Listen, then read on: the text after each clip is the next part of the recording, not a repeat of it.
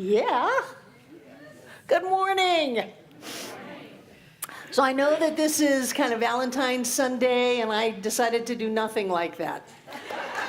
Because I think the best gift I can give you is to teach you how to create the life of your dreams. I think that is true love, is to teach you how to have the life that you want to have. You're not stuck with anything. Just because it's never been done doesn't mean that it won't happen with you. We are the ones who determine our fate. We are the ones who decide what our life will be. And I was kind of just thinking inside of myself, what happened to me? Because I caught some fire a couple of weeks ago.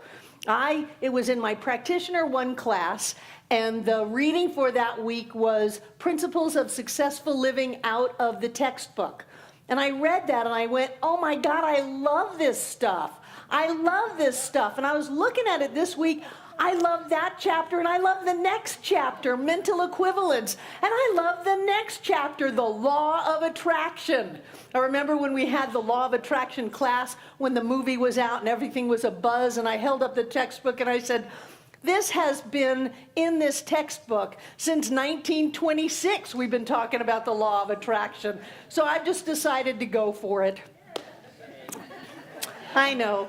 And I looked at that section of the textbook and I said, what is it about this that has got me so excited? And it is the part on spiritual mind healing, but this part is called the practice of spiritual mind healing. It is the how-to part. And I like the how-to part. All of the lofty concepts are great, but I want to know how to put it into action. I want to know how to use these teachings to be able to have the things in my life, the experiences in my life, the circumstances in my life that I want. I want to be who I've come here to be. I don't want to play small, and I don't want to wait forever for it to happen. So what are the tools?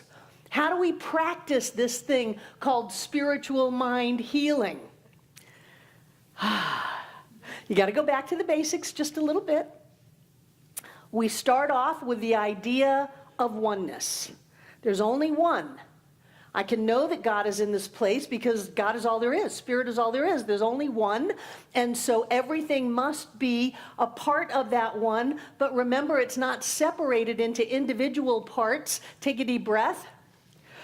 It is actually the whole totality of everything and more at the point of whatever that thing is, whatever that person is, whatever that experience is. You are not a part of God. You are all of God as you. You are the farthest reaches of the universe. You are the beginning of time. You are all of the light and all of the love, all of the healings, all of the miracles, all of the demonstrations, all of it as you. You're not alone. That's why we got to go hop into bed with Pegatha and hold her. Because she's not alone. None of us is alone. It's impossible for us to be alone. There is that oneness. And because there is that oneness, then when it comes to us, because we're not just a little part of the divine, we are all of it. Wherever it comes to us, we move into this feeling, this experience that says, I have the power of all creation in me, as me, is me now. I am the one that can create anything, anything, anything. No matter what the appearance is, no matter what the circumstances, I have the power of all creation at the point of me. Wow. My word in the circle was power, because this teaching gives you the power to be able to live the life you want to live. But it doesn't just, you don't go down to the 7-Eleven and buy a package of power. It's in you. And the way that we let it come through us is with our thinking. That's why our motto in Science of Mind is change your thinking, change your life. I'd added on to that, change your thinking, change your life, change the world. Let there be peace on earth and let it begin with me. If we want to experience change in our world, we have to change ourselves, and we change ourselves by changing the way we think, the way we see life, the way that we experience all that is. So what is this idea called mental equivalence? Well, first of all, it's mental. So it's going to be in the realm of mind, thought, belief, that kind of thing. And it is equivalence, which means it's equal to. So on the mental level, we equal what we create on the outer level. I'm going to say that again. On the mental level, we equal that which we create on the outer. I've often seen the universe, we use wonderful metaphysical terms. There is an unformed substance that is constantly pouring into all creation through us. And whatever we hold as a container for that unformed substance, the creative force of the universe, will fill it up and it will show up as form. Personally, I like the idea of a Jello mold. We live with universal wet Jello pouring into our lives. And it is our choice which mold we will pick today. Are we going to pick the star? I like being a star. Are we going to pick the square? Some people like being a square. Are we going to pick the little tiny thimble because that's all we think we can handle, or that's all we think we are worth? Or are we going to pick this giant stadium-sized container so that life fills that up? Life doesn't care. And life also does not say, well, it's going to take me longer to fill up the stadium than it does the thimble. It is all instant. We create within ourselves, in the realm of thought, a container that the unformed substance, the creative flow of the universe, then fills up. And that must pop out into form. I love the Jello mold. Pop. And there it is. Those of you who are of the Jello mold age. Other than that, in the realm of quantum, there are infinite possibilities and probabilities awaiting our observation. When we observe, through our thinking, a possibility or a probability, then that, through the level of quantum creation, collapses into form, is what they say. It's like there's these packets, infinite packets all around, just waiting for us to look at one, like kind of with a tractor beam, but there's no motion involved. And as we see it, we get it. It collapses into form, no matter how out of the norm it may be, no matter whether or not it's ever happened. You know, this thing about it's never happened. So how did we evolve to the level that we are without having things that have never happened? Otherwise, we'd be one-celled amoebas swimming around in a universal goo. We had to have regularly things that have never happened. So if someone says to you, well, that's never happened, great, it's time. It's time, and I'm the one.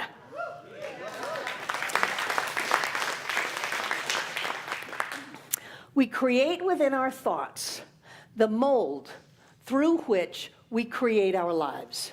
We are equal on the inside to that which we have on the outside. So here's a how-to. Take a breath.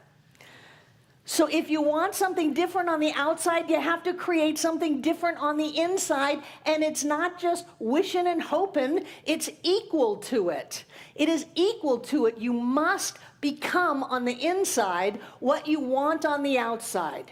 And then heaven and earth will move to create that. All of the levels of existence in the quantum realm of vibration and particle and light will collapse into form to manifest that in your life. If you equal on the inside what you want on the outside, I guarantee you it will happen. So people say, well, it hasn't happened yet. And I go, great, great.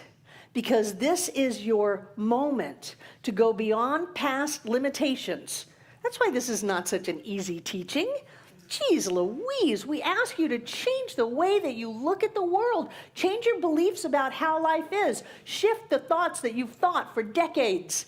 To have something said that says, I, Charles Joseph Swimwear, am going to the New York Fashion Week this week, and I have 40 models making my presentation. Yes, we're all going to be able to say, we knew you when. It is at the time when you haven't made the breakthrough yet. That's your point of creation. That's where you've got your power. There's a wonderful a line in this part of the textbook that says, take a deep breath because this is good. To desert the truth in the hour of need is to prove you do not know the truth. Yeah. To desert the truth in the hour of need is to prove you don't know the truth.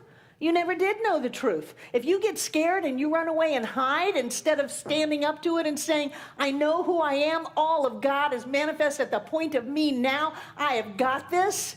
If you can know the truth, then you always have that response.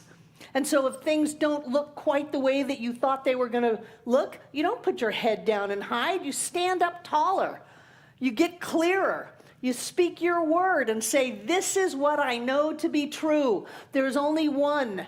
That one is who I am right now. I'm a part of all that is. I was born prosperous. I was born healthy. I was born creative. I was born powerful. That is the truth, and nothing can change that. And then collapse into form. There you've got your Jello. Honest to God, this is how it works. And sometimes going through that shift is a little tricky. You know, I started off in this teaching when I was 27 years old. I am now 64. I started off when I had no money, when I was on welfare, when I was on food stamps, and I had a 3-year-old. I was homeless and did not know what I was going to do. And I found out that there was something inside of me that I had not found, but that if I would go ahead and look for it, it would reveal itself to me. It was the me that I was yet to be. And so I started looking. I remember I moved to Fort Lauderdale. My teacher, Bill Tolliver, moved to Fort Lauderdale, and I went to Fort Lauderdale. And I always knew that I had not mastered wardrobe. I didn't like to shop, because the places I could afford to shop were like Goodwill, and not that there's anything wrong with that, but I didn't find what was mine to find yet. And so I'm in Fort Lauderdale, and there's a lot of money in Fort Lauderdale, and I decided to go explore me. And the way that I did that to start off with was I went to the Galleria Mall. My life was cut off old blue jeans, flip-flops, and a tank top. And so I got myself to the Galleria Mall. Probably by then I was kind of sweaty and sticky, and went into the most expensive clothing store I could find. I was sure that alarms would go off, security would run out, and they would throw me out.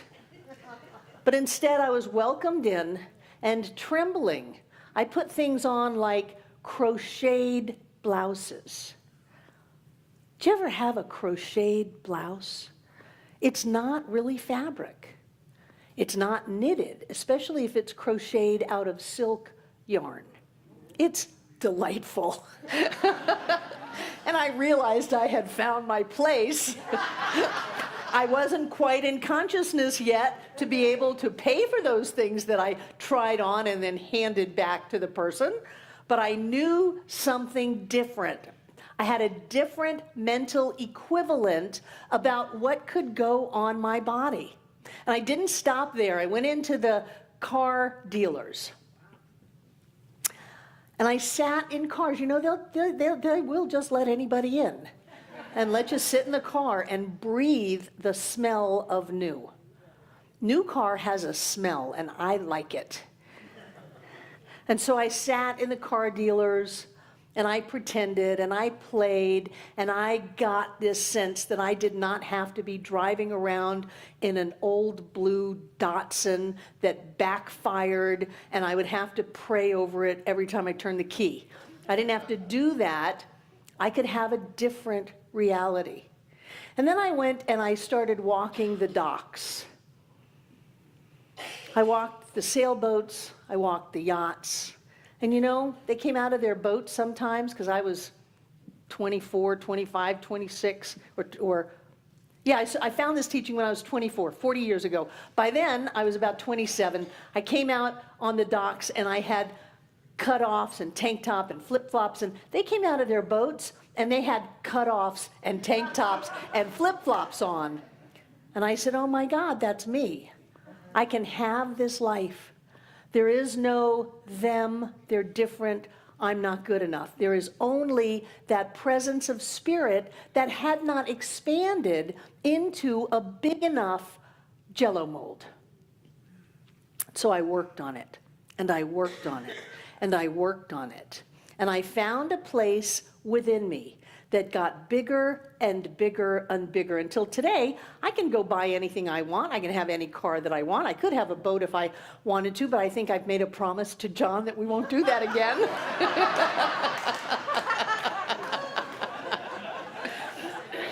I can get in a plane and fly somewhere, take a couple of weeks off to Costa Rica where we're going to go in a couple of weeks. I have that life now because I made a mental equivalent inside of me. And that's where the power is, that you have the ability to form within yourself a holder, a container for the creative process of the universe to pour itself into as us and then manifest as our lives. This is how it works. It's all coming through us. It is not coming to us, although next week I'm going to talk about the law of attraction. It's language. And so I want to give you some ideas.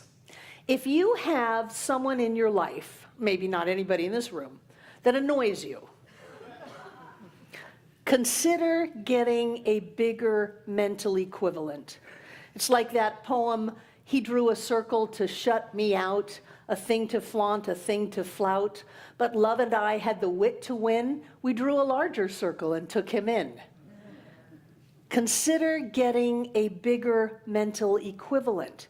Oh, well, I can't do that. They're a dirty, rotten rack and fratchet. Then that's what you're going to get. Get a bigger mental equivalent. That is your job, to be part of the ever-increasing expansion of life. That's your job. And so if you're experiencing lack or limitation of any kind, play with it. Make it bigger, not the lack and limitation, but the having of what you want. If you have financial stuff, play with the idea of having great wealth.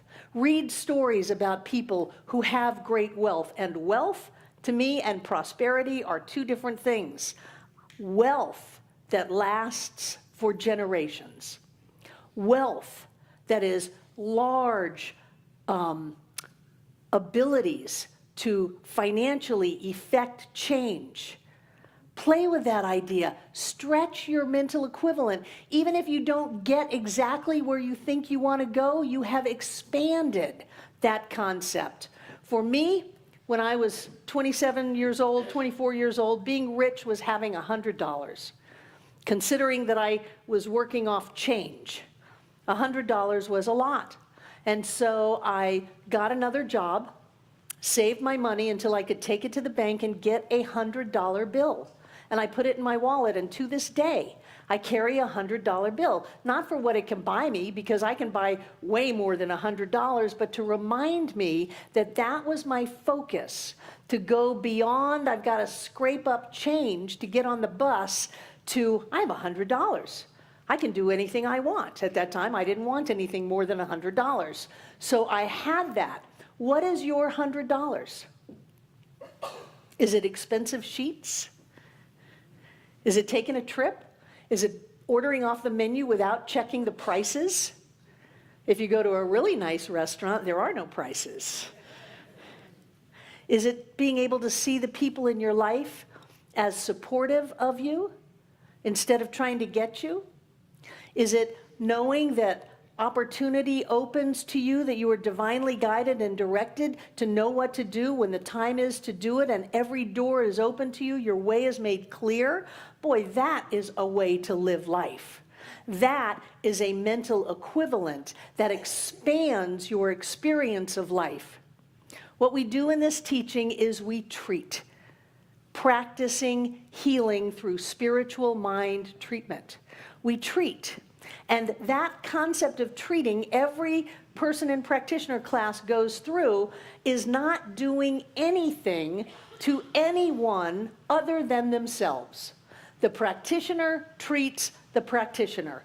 The person doing the treatment is treating themselves. Treatment doesn't do anything to God.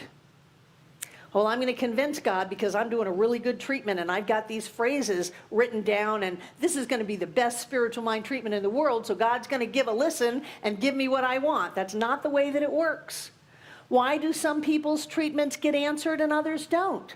Because some people are completely in alignment with the knowing of what they're treating about. And some people are still trying to work a deal with God, trying to get something given to them, chasing after something they don't believe is. That is our work. Our work is in our heads. To embrace the idea that says, I am a part of all that is. I have everything already. Doesn't matter if they say it's impossible. Doesn't matter what it is. I have that already. And my job is to be in complete alignment with that come hell or high water. And then I look at that and go, to desert the truth in the hour of need is to prove that I do not know the truth. I know the truth. I know it. And so in that knowing, I'm going to get crystal clear. I'm not going to shirk away from what I want. I'm not going to give up on my life. I'm not going to give up on me. I'm not going to give up on you. I'm going to stand tall and go for it, to know the truth like I've never known it before. If God is all that there is, then everything is right here and right now awaiting our focus. What are we focused on? I want to be focused on health. I want to be focused on happiness. I want to be focused on riches and wealth and abundance and joy. I want to know for Jen that it doesn't matter what people say she can and cannot do. She can do whatever she wants to do. Lynn Villa walked in this room today. She can do whatever she wants to do. And she, because she's been a little bored over the last month being in comas and in hospitals, is offering free treatment sessions to anybody who wants them. Come call her, set up an appointment, come see her. She is saying, I'm going to live my life the way I want it. I'm going to have the life I want because I know the truth and I'm not giving up on it. Don't give up on it. The whole world is out there. Somebody says boo and they crumble. Do not be that person. There is something inside of you that you are constantly creating and opening and holding, that all of life, all of God, all of the universe is pouring itself into. And it doesn't matter what it is, as long as you've got the mold, it's going to fill it. And then it will pop out.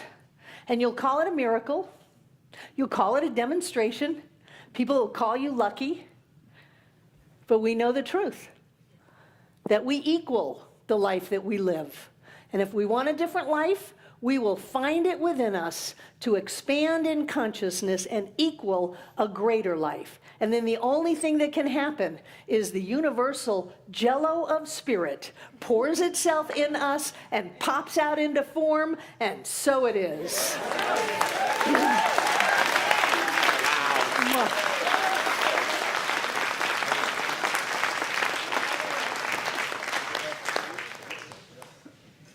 May the Jello be with you. I'm on a Star Wars, Star Trek thing today. I don't know what's going on with that. So do we have anyone here for the first time, never been here before? If so, would you just raise your hand so we can say hi? Welcome. Thank you so much for being with us today. We're glad that you're here. We understand why you're on the back row. Many of our first-time people are in the back row, close to the door, but we're delighted that you found your way here. We have a gift for you before you leave, so thank you for being with us. Wonderful. Let's have our prosperity acceptors come forward. Come over here and grab these checks that have come in the mail, and a couple from Barbara and me, because we take great pleasure in supporting this community because we are spiritually fed here. And my guess is you are too. So knowing that the presence and the power of the one is right here, right now, we celebrate. We celebrate our lives. We celebrate the blessings that fill our lives. And we celebrate that money that comes to us and that moves through us to wonderful things in the world, including Center for Spiritual Living Asheville. We are grateful.